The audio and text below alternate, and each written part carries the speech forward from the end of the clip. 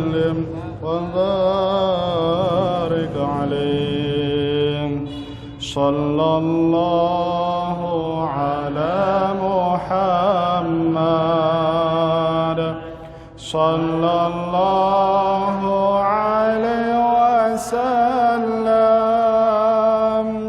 صلى الله على محمد صلى الله عليه وسلم. صلى الله على محمد صلى الله عليه وسلم. صلى الله على محمد صلى الله عليه وسلم. أنت شمس أنت بدر أنت نور فوق نور. أنت شمس أنت بدر أنت نور فوق نور. أنت كثير وغالي أنت مصباح الصدور. صلى الله على محمد صلى الله عليه وسلم. صلى الله على محمد صلى الله عليه وسلم. يا حبيبي يا محمد يا عروس الخفقين. يا حبيبي يا محمد يا عروس الخفقين. يا مؤيد يا ممجد يا إمام القبلتين. صلى الله على محمد صلى الله عليه وسلم. صلى الله على محمد صلى الله عليه وسلم.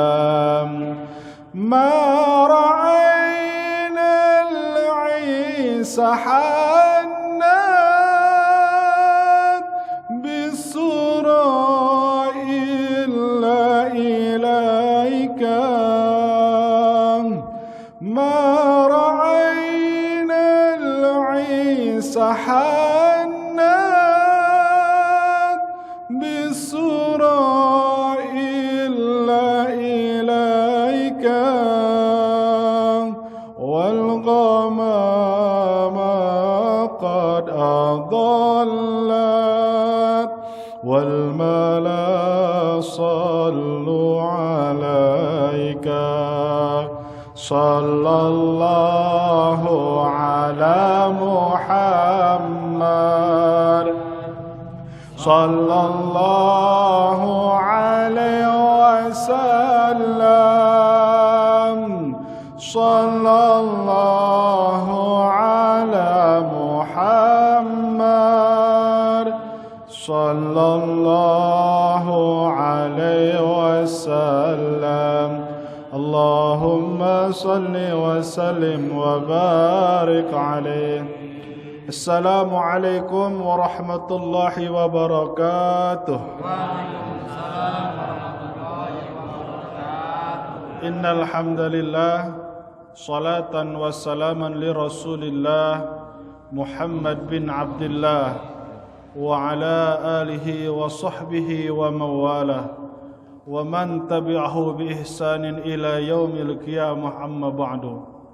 Allahumma fassalli ala sayyidina Muhammadin wa ala alihi wa sahbihi wa sallim.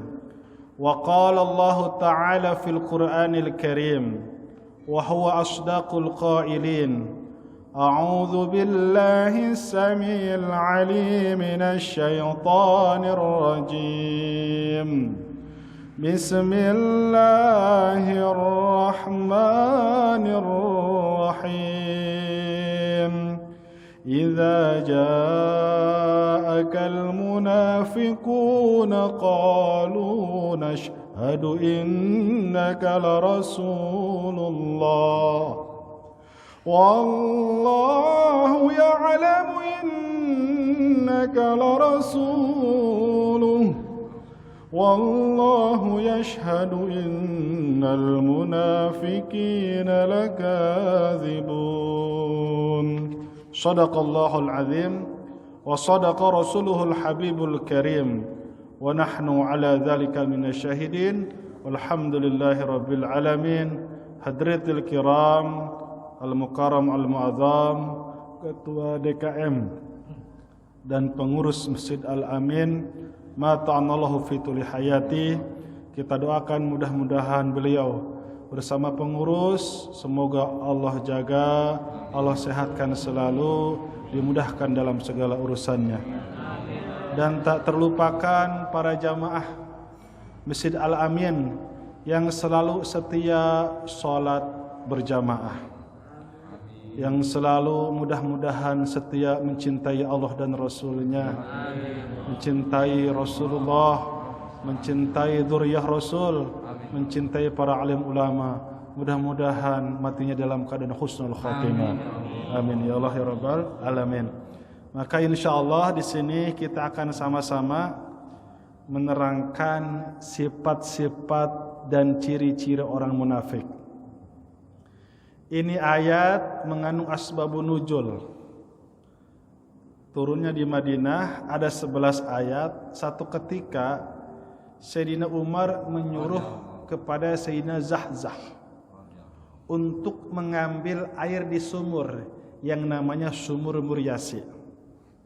Di sebelah orang munafik nyuruh juga Abdullah bin Ubay bin Salul al-Munafik nyuruh kepada Sannan sama untuk mengambil air di tempat yang sama, yaitu namanya sumur Muryasi. Karena berdesak-desakan, siapa Sayyidina Zahzah pengen air, terus sana nyerobot.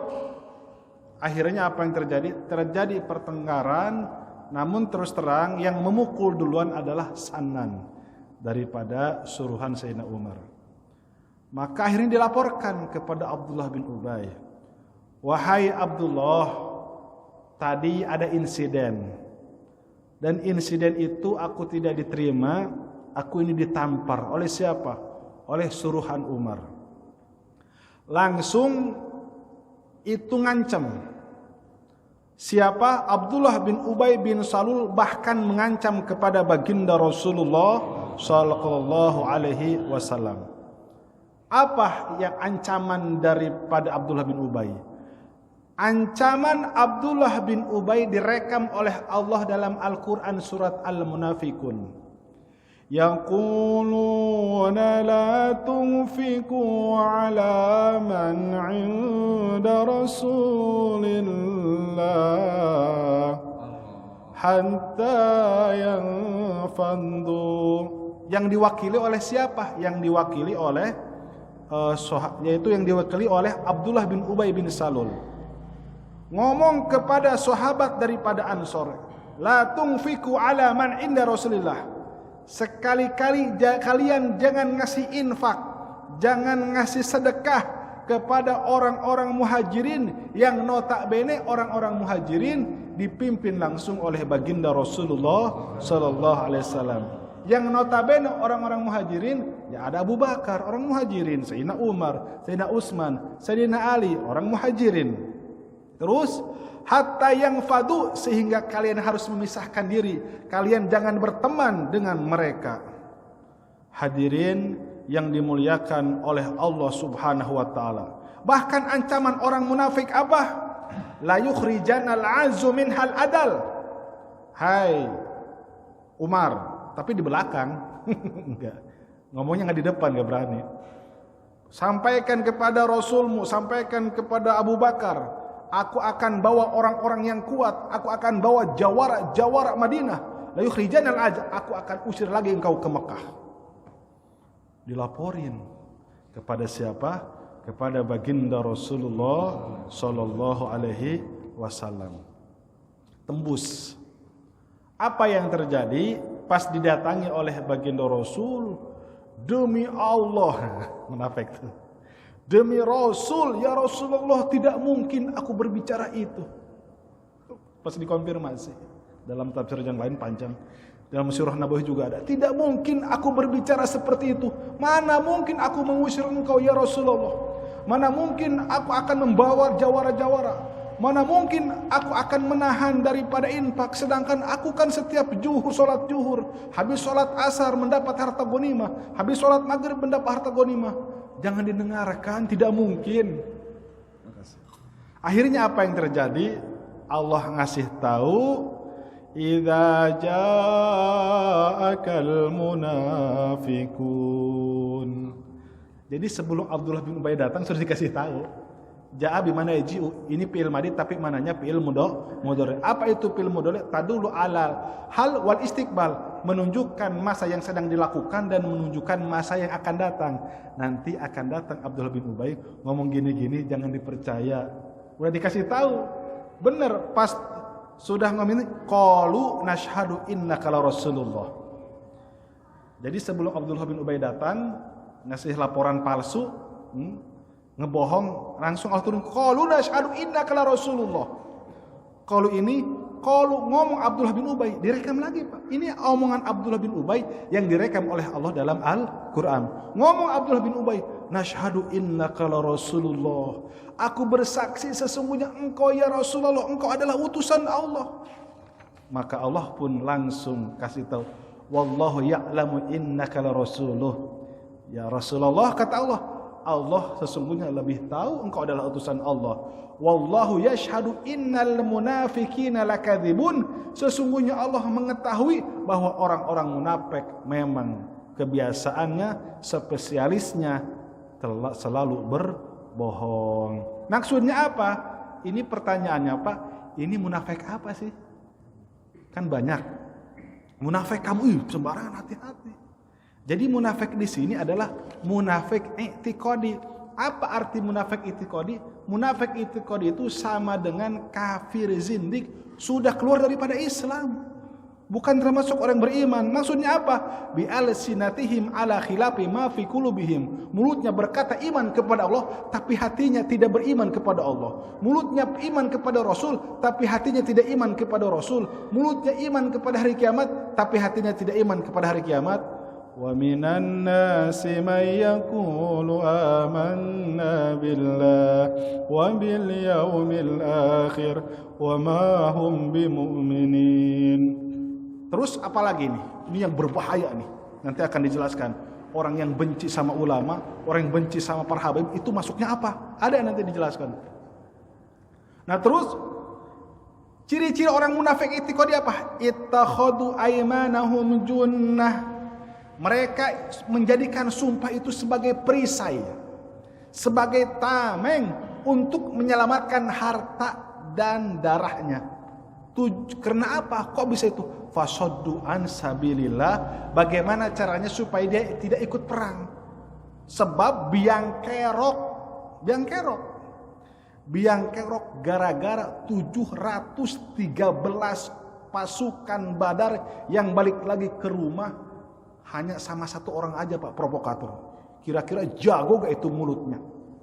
Kira-kira hebat gak itu lobbynya? Pengaruhnya besar gak? Dari 1000 orang yang terhimpun sudah siap untuk bertempur dengan orang-orang musyrik. Bertempur dengan 1000 pasukan orang musyrik. Pas di tengah perjalanan, kira-kira berapa kilo ke medan Badar, pulang lagi Pak 700 sama 1 orang aja, Abdullah bin Ubay. Berarti hebat bersilat lidahnya, bikin pengaruhnya dengan segala gaya. Maka apa yang terjadi?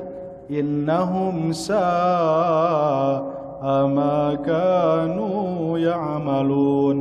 Ternyata seburuk-buruknya perbuatan orang munafik adalah orang-orang yang menghalangi jihad di jalan agama Allah. Saya mau ngaji, nggak usah ngaji. Ngapain ngaji? Nanti pinter. Aduh, bahaya itu, ngeri. Ya. Mau ngadain pengajian, ya harus didukung. Sekurang-kurangnya kalau misalkan nggak sempat ngaji, au muhibban, ada cinta, alhamdulillah ya Allah ada pengajian. Saya mah sibuk, sibuk. Contoh. Itu juga termasuk orang yang memang 4 kategori. Masuk dalam kategori muta'aliman, au mu'aliman, au muhibban, au mustamin, au muhibban. Jangan sampai menghalang-halangi pengajian. Tapi notabene pasti yang pengajian itu sesuai Quran, Sunnah, asar sahabat, dan para alim ulama. Pokoknya ahli sunnah wal jamaah. Harus didukung. Nah terus apalagi nih? Kategori orang-orang munafik, bi annahum amanu, lisannya iman, aku beriman. Makanya Abdullah bin Ubay lihat dalam kitab Akhbar Madinah, kalau asyhadu alla, kalau syahadat paling medok Pak, ada itu secara detail kelakuan Abdullah bin Ubay. Asyhadu. Kalau kita kan was-was ya, emang sengaja Allahu Akbar diberisikin. Ada biografi Abdullah bin Ubay, kelakuan di Masjid Nabawi kayak gimana. Jadi kalau takbir dibesarin, Allahu Akbar. Nah, ketahuan banget itu.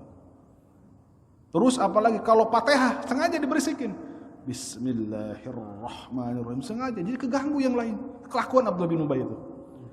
Nah, makanya Sayyidina Umar udah tahu ayat turun. Ya Rasulullah gimana kalau disembelih aja? Oh jangan. Sayyidina orang gitu ya, nggak boleh turun ayat dia kafir, sembelih aja. Nah, jangan, tunggu tobatnya. Terus tragisnya orang munafik itu apa? Fatubi'a ala qulubihim fahum la yafqahun. Orang munafik, Pak. Walaupun suka sholat zuhur, walaupun dia suka sholat asar, sholat maghrib, kumpul dengan orang-orang soleh, kumpul dengan orang-orang soleh, dia ibadah kayak gimana?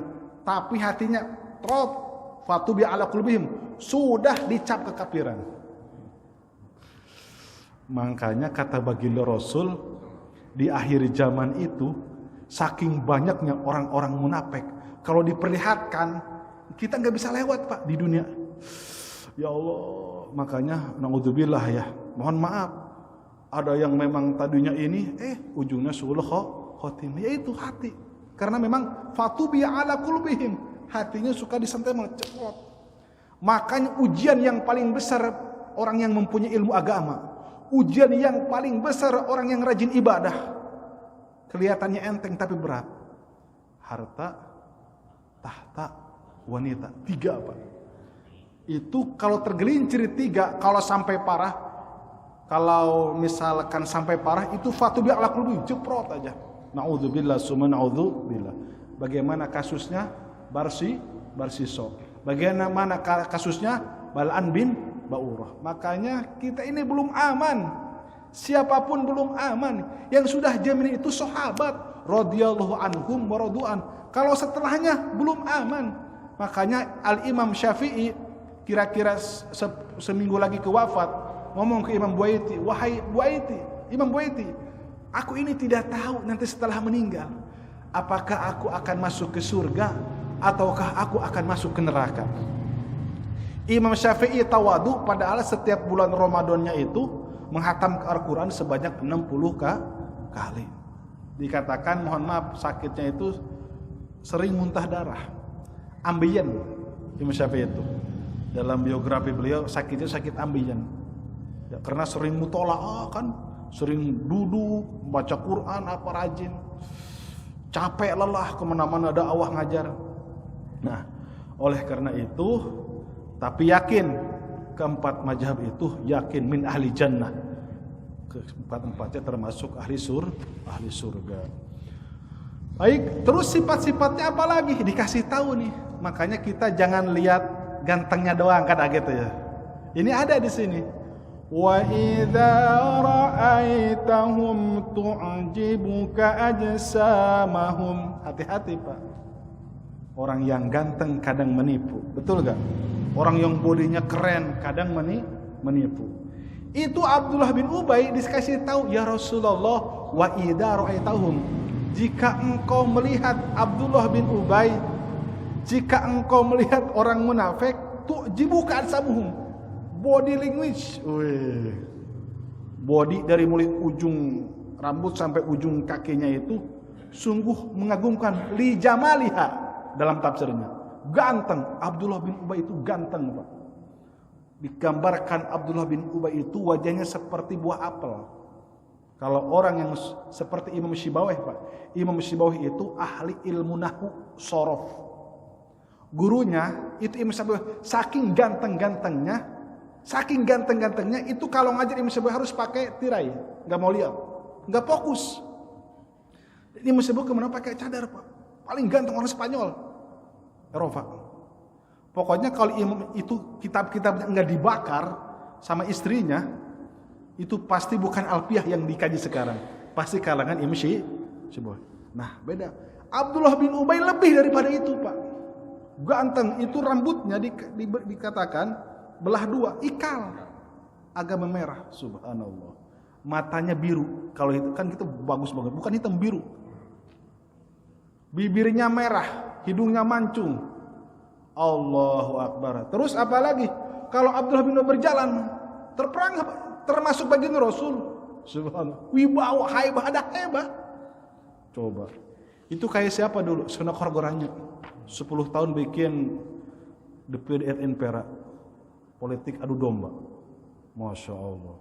Ketahuannya Sunan Khorgorannya itu pas buang air kecil berdiri terus memakai kalung salib. Ketahuan. Munafik i'tiqadi itu. Turuhan Belanda. Nah, akhirnya apa yang terjadi? Wa iyaqulu tasma' li qaulihim. Kalau ngomong agama termasuk baginda Rasul tasma' li qaulihim. Baginda Rasul itu sampai geleng-geleng kepala. Nerangin kalau baginda Rasul menyampaikan wahyu Allah, menyampaikan hadis, disampaikan lagi. Itu sama menariknya. Abdullah bin Ubay nyampein lagi, ya sama menariknya. Hampir sampai geleng-geleng kepala. Waktu para sahabat waktu bagian Rasul menerangkan surga dan neraka, para sahabat banyak yang nangis. Sama. Waktu Abdullah bin Ubay menerangkan surga dan neraka, sama nangis sahabat. Coba gimana orang gak terkait, coba. Terus apalagi kalau ngomong tentang tata negara, pinter. Ngomong tentang apa? Kalau konsultasi kali ya. Ngomong tentang tata negara, tentang adab, tentang akhlak. Pasti orang geleng-geleng kepala. Enggak ayang, kalau enggak ditegur oleh Allah, ya baginda Rasul juga terperangah, terpesona. Ka'annahum khusyubun musannada. Kalau bersandar seperti kayu yang disandarkan di tembok, indah dilihat, Pak. Jadi kalau Abdullah bin Ubay memandang, itu wibawa kelihatan. Jadi Abdullah bin Ubay itu kalau dengar bagian Rasul sedang menyampaikan wahyu itu sambil menyandar. Ya, tapi kalau Masya Allah nggak disamain ya, jangan disamain. Itu Abdullah bin Ubay. Itu bagian Rasul sampai Masya Allah, bersandarnya bikin kagum. Kayak gimana coba, Pak? Intinya kalau orang ganteng gimana aja pasti lihat dipandang. Terus tapi Allah ngasih warning, yahsabuna kulla sayhatin alaihim humul adu fahdharhum qatalahumullahu anna yufakun. Ingat ya Rasulullah bahwa Abdullah bin Ubay, bahwa orang-orang munafik itu termasuk humul adu, musuh besarmu. Hati-hati, Pak. Turki Utsmani hancur karena orang munafik. Lolosnya Sayyidina Umar bin Khattab sampai tembus bisa dibunuh karena orang munafik. Dari dalam Abu Lu'lu itu orang-orang Yahudi Madinah untuk menyerang langsung kepada Sayyidina Umar enggak mungkin, enggak bisa. Takut, Pak. Setan juga takut kan, apalagi orang musyrik. Terus orang musyrik enggak berani. Orang Yahudi akhirnya nyuruh nyewa. Namanya Abu Lulu, orang Persia yang sekarang disebut Iran. 13 tahun, Pak, suruh bersandiwara kira-kira. Enggak tanggung-tanggung orang Yahudi. Abu Lulu itu orang Yahudi. Makanya sampai sekarang ada 70% parlemen di Iran itu orang Yahudi. 13 tahun. Disuruh ngapal Quran dulu, Pak. Para hadirin, ngapal Quran. Beres 30 juz. Baru berkhidmat sampai segitunya. Hanya ingin membunuh Sayyidina Umar. 13 tahun. Mau ke kamar mandi dibawakan air, mau makan sudah disuguhin.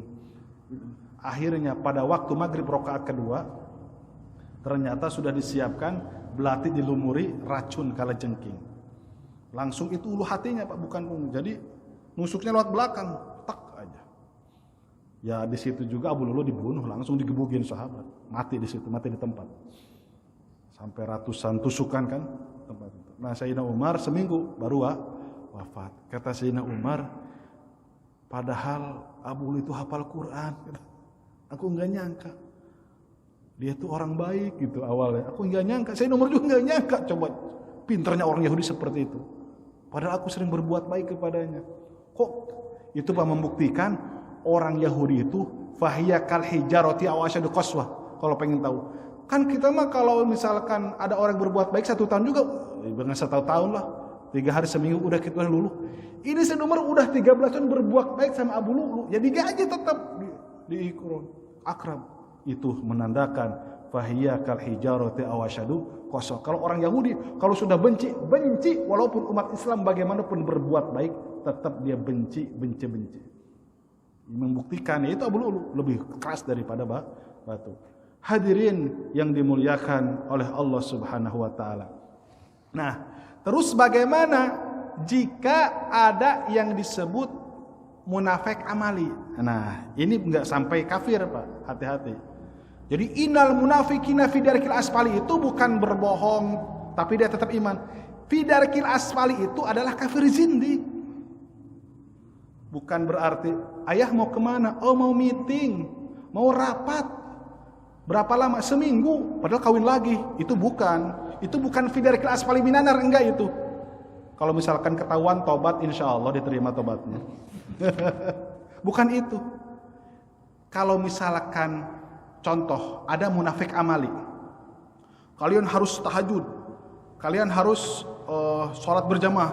Tapi yang ngomongnya enggak tahajud, enggak berjamaah, sholat mah sholat gitu.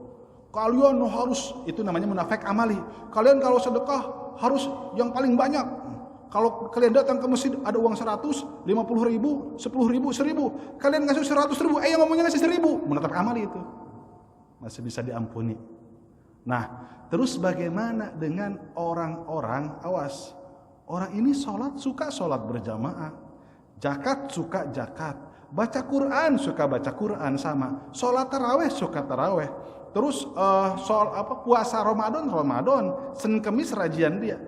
Tapi bagaimana pertanyaannya jika golongan tersebut, jika orang tersebut ada kebencian terhadap dzurriyyah Rasulullah sallallahu alaihi wasallam, ada kebencian terhadap para alim ulama, ada kebencian terhadap para ustadz, ada kebencian terhadap syariat Islam mau ditegakkan, ada ketakutan tatkala syariat Islam ditegakkan, maka sholat berjamaahnya, baca Qur'annya, puasa Senin Kemisnya tidak akan sampai ke langit yang pertama. Jangan pun sampai ke langit yang pertama, sampai ke atas kepalanya pun nggak akan sampai.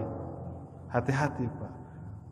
Walaupun dia rajin ibadah, tapi di dalam hatinya ada kebencian kepada dzurriyyah Rasul. Man ada sa'ari faqad adani. Lihat di dalam bab Abu Quraisy. Kata baginda Rasul, barang siapa yang benci terhadap keluargaku, maka barang siapa yang benci satu helainya dibenci nih. Satu helainya dihina, satu helai rambut. Ini satu helai rambut siapa? Ini satu helai rambut contoh habaib, dibenci, dicaci. Itu kata baginda Rasul sama dengan menghina aku. Subhanallah. Jadi mohon maaf, pada zaman dulu ada yang membenci baginda Rasulullah SAW. Itu orang munafik. Apa bedanya tatkala hari ini ada orang yang membenci alim ulama? Terus berarti alim ulama itu kan apa? Al ulama'u warasatul anbiya. Ulama itu pewaris daripada para nabi, penerus estafet tonggak dakwah daripada baginda Rasulullah sallallahu alaihi wasallam dan nabi-nabi terdahulu. Itu sudah otomatis tatkala membenci atau mengejek menghina kepada para ulama, itu sama dengan membenci menghina kepada baginda Rasulullah sallallahu alaihi wasallam. Dan urusannya enggak main-main, Pak. Kalau misalkan menghina, urusannya enggak main. Sebab apa? Wa innal alim yastaghfiruna lahu man fis samawati wa man fil ard. Sesungguhnya para alim ulama yang ngajar ilmu, pokoknya walaupun ngajarnya Iqra, itu ulama, Pak. Ustadz ulama ngajar Iqra, ngajar tuturutan ya, parukunan, ngajar kitab, ngajar bagaimana tata cara kita sholat atau bisa wudu.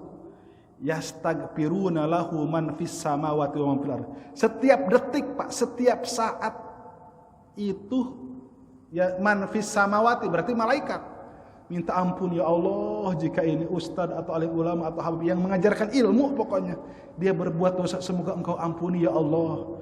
Wa man fil ardi, bahkan hewan-hewan yang ada di lautan, hatta hitanil fil bari wal bahri hatal hut, sehingga ikan yang sangat besar meminta ampunan, ya Allah, mudah-mudahan ini para alim ulama dijaga jasad dan ruhnya, jika dia berbuat dosa semoga ya Allah engkau ampuni. Terus setiap detik, Pak, setiap detik, setiap saat.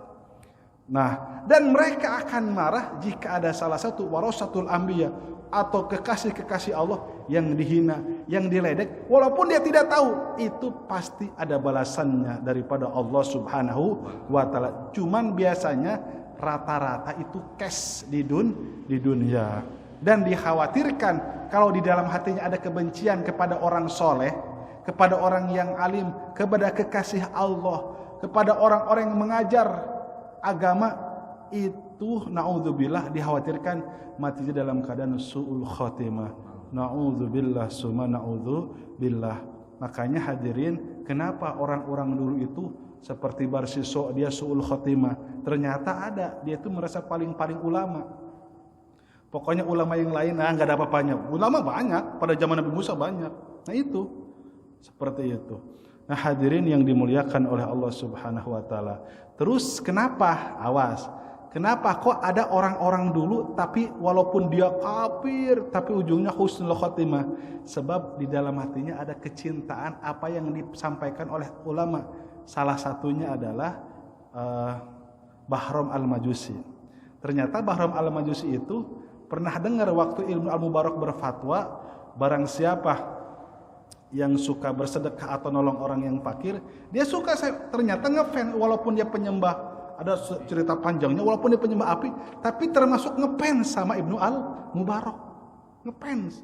Akhirnya apa yang terjadi? Mati dalam keadaan husnul khotimah. Ini baru-baru tahun 81. Cina Banteng di mana, Pak? Sampai ke dalam ya? Cina Benteng ya? Nah, Tangerang ya? Cina Benteng, Tangerang. Jadi begini, ternyata tahun 81 kemarin tuh ikut maulidan. Jadi Cina Benteng itu suka sama maulid. Ini cerita maulid. Cuman kiai-kiai di situ hormat. Kok nggak apa-apa, ikut aja. Cuman nggak boleh di masjid ya. Ya nggak apa-apa, yang penting saya senang. Kata dia, saya itu senang kalau orang yang taraweh, katanya. Bisa gak ditampilin di panggung? Nggak bisa. Taraweh di masjid katanya, dasar nggak tahu.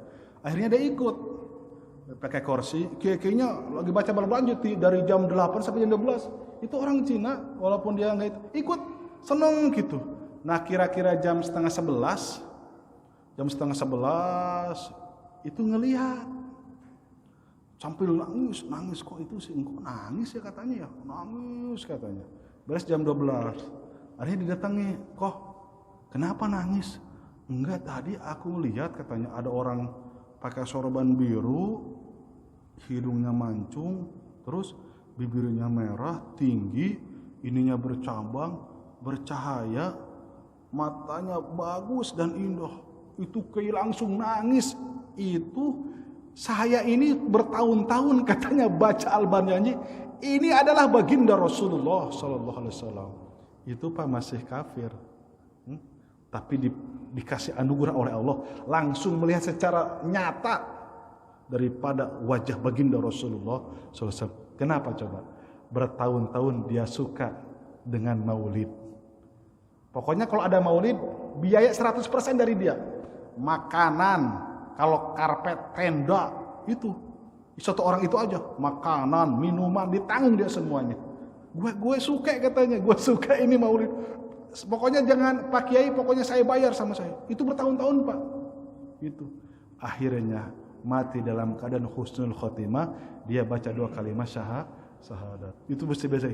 Itu yang di situ udah bertahun-tahun. Ya pengen kan? Mimpi juga kita belum. Nah itu apa? Itu kalau Allah sudah pilih, walaupun non muslim, dengan cara Allah dia masuk Islam lebih dulu melihat wajah baginda Rasulullah Sallallahu Alaihi Wasallam. Asal ada apa? Kalau pengen husnul khotimah, asal ada kecintaan terhadap agama aja itu. Jangan sekali-kali meledek. Makanya Allah Subhanahu wa taala lebih suka memilih masuk Islamnya Umar bin Khattab. Karena Umar bin Khattab enggak pernah ngeledek baginda Rasul, cuman satu aja, ingin membunuh aja udah. Kalau benci masih ada harapan, tapi kalau udah ngeledek, ngejek, ngehina, aduh susah Pak itu. Abu Jahal ngehina baginda Rasul, bilang disebut dukun 100 kali Pak.